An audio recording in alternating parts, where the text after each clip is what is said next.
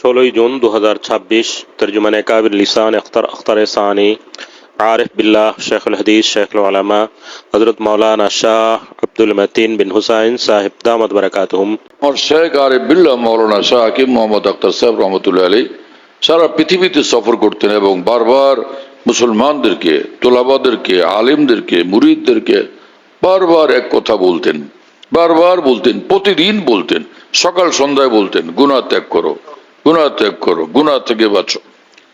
সেই সাহাবা তাবিন, তবে তাবিনের জমানার মানুষেরা এবং তাদের নিকটবর্তী জমানার মানুষেরা বেশুমার নফল ইবাদতেও মশগুল থাকতেন। কিন্তু হাকিমুল উম্মত মুজাদ্দিদুল মিল্লাত মাওলানা শাহ আশরাফ আলী থানভী রহমতুল্লাহ আলাইহি বলেন, আমি তো তোমাদেরকে কঠিন কোনো মুজাহাদার কথা বলি না, রাতভর জায়গায় ইবাদত করতে বলি না, এতটুকু বলি প্রতিদিন একটা সময় বের করো যখন তোমরা কিছুটা আল্লাহ পাকের জিকির করবে, কিছুক্ষণ আল্লাহ পাকের জিকিরে মশগুল থাকবে, এক আর গুনাহ সবগুলো ত্যাগ করে দাও। এইটুকু করলেই তোমরা নিঃসন্দেহে কামিয়াব। আর কামিয়াব মানে এই মানুষ জান্নাতুল ফিরদাউসে চলে যাবে।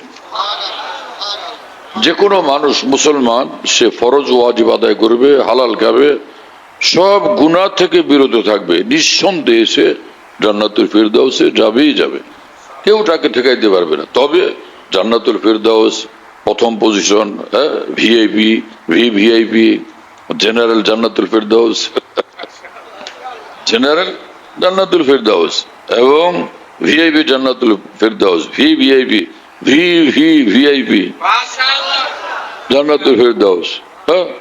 তো নবী রাসূলগণ সব বড় জান্নাতে যাবেন, জান্নাতুল ফিরদাউস সবচেয়ে উচ্চে, সবচেয়ে উপরে। তাদের পরে সেরকম বড় ঈমানওয়ালারা যেমন সাহাবা, তাই না, তো তারা বড় বড় জান্নাতুল ফিরদাউসে যাবেন। এরকম দুনিয়ার জিন্দেগিতে আল্লাহকে রাজি করার আমল যত যার বেশি, আল্লাহর সঙ্গে নৈকট্যের সম্পর্ক যার যত বেশি, আল্লাহকে খুশি করতে পারছে যত সে যে বেশি, সে তত ঊর্ধ্বের জান্নাতে যাবে। কিন্তু প্রাথমিক কথা হলো, যারাই সে ফরজ ওয়াজিব আদায় করবে ঠিক মতো, আর গুনাহ থেকে বাঁচবে আর হালাল খাবে, এই সব মানুষ নিঃসন্দেহে জান্নাতুল ফিরদাউসে যাবে। আবার এই কথা আপনারা বুঝতে পারতেছেন? হ্যাঁ, খুব সহজে বলি তো, পরে এগুলোর খেয়াল রাখবেন না, কদর করবেন না, আরেক জায়গায় গিয়ে ফের শুনেন যে কোথায় এটা শোনা গেছে। আর কথা বুঝতেছেন ভাইয়ারা? হ্যাঁ, তো গুনাহ করবো না ইনশাআল্লাহ তাআলা, আর গুনাহ হয়ে গেলে তওবা ইস্তেগফার করতে দেরি করবো না ইনশাআল্লাহ। হযরত আবু বকর সিদ্দিক রাদিয়াল্লাহু আনহু বলেন, রাসূলুল্লাহ সাল্লাল্লাহু আলাইহি ওয়াসাল্লাম বলছেন, যার দ্বারা যে কোনো গুনাহ সংগঠিত হয়ে গেছে, সে যদি তাজা উযু করলো, 2 রাকাত নামাজ পড়লো, ইল্লা গাফারাল্লাহু লাহু, তো নিঃসন্দেহে আল্লাহ তাআলা তাকে মাফ করিয়ে দিবেন। তা আমরা বসে থাকবো না কাজ করব? কাজ কি? তাকওয়ার উপর চলা, আর গুনাহ থেকে বাঁচা, আর গুনাহ টুনা হয়ে গেলে তওবা ইস্তেগফারে দেরি না করা। কথা বুঝে আসছে ভাইরা? হ্যাঁ, আল্লাহ আমাদের তৌফিক দেন। যেসব যার যেই গুনাহ বেশি হয় সেটার ব্যাপারে তার সাবধান থাকা বেশি জরুরি, সতর্ক থাকা, সচেতন থাকা বেশি জরুরি, হ্যাঁ, সজাগ থাকা বেশি জরুরি। যেই সাইড দিয়ে চোর ঢুকে ঘরের মধ্যে, পাহারা কি আরেক সাইডে দিবে? হ্যাঁ, চোর যেদিক থেকে আসে ওই দিকেই পাহারা দেওয়া চাই। তো চোর কোন কোন দিক থেকে আসে?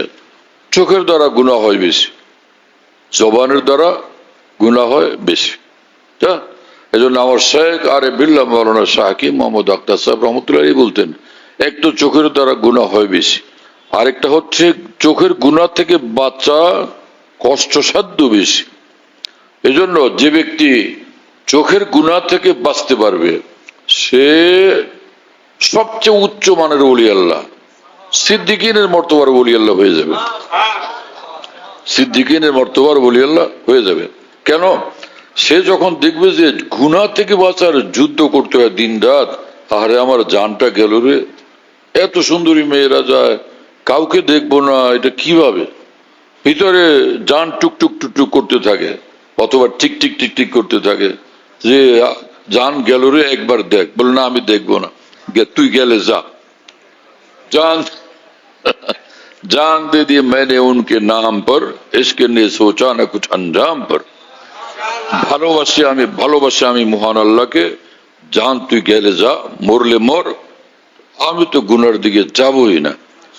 যেই বন্দা এরকম শক্ত হবে, অটল হবে, অবিচল হবে, মজবুত হবে, পাক্কা হবে, এত উঁচু হিম্মত করবে, নিঃসন্দেহে সে ওলি আল্লাহ হবেই হবে, এবং হবে তো হবে সিদ্দিকিনের মর্তবার ওলি আল্লাহ হবে। যারা এই কথা মনে করে যে সিদ্দিকিনের মর্তবা ওলি আল্লাহ, বড় মাপের ওলি আল্লাহ হওয়ার জন্য বেসুমার তাহাজ্জুদ, ইশতিকাওয়াবিন, বেসুমার নফল আমল জরুরি, এটা ভুল ধারণা, সহি না এটা। সিদ্দিকিনের মর্তবার ওলি আল্লাহ হওয়ার জন্য দরকার হলো ঈমান তো আছে, জীবন গেলেও সে কোনোভাবে আল্লাহকে নারাজ করতে রাজি না, এইরকম অটল শক্ত মজবুত যে সে সিদ্দিকিনের মর্তবার ওলি আল্লাহ হয়ে যাবে। কারণ তার মধ্যে সেদক সদাকত বেশি, ভীষণ পাকা মানুষ সে, আল্লাহর হওয়ার ক্ষেত্রে সে উত্তীর্ণ মানুষ। হ্যাঁ, দুনিয়া একদিকে আর আল্লাহর মহব্বত, আল্লাহর খুশির ফিকির তার একদিকে। আমি কোনো মতে আমার আল্লাহকে নারাজ করব না। जान दे दी मैंने उनके नाम पर, इसके ने सोचा न कुछ अंजाम पर। খুশি को आग लगा दी खुशी खुशी मैंने, আমার খুশি আমি চাই না, আমার আল্লাহর খুশি ঊর্ধ্বে, অগ্রগণ্য। আমার আল্লাহর খুশি, আল্লাহর সন্তুষ্টি অগ্রগণ্য।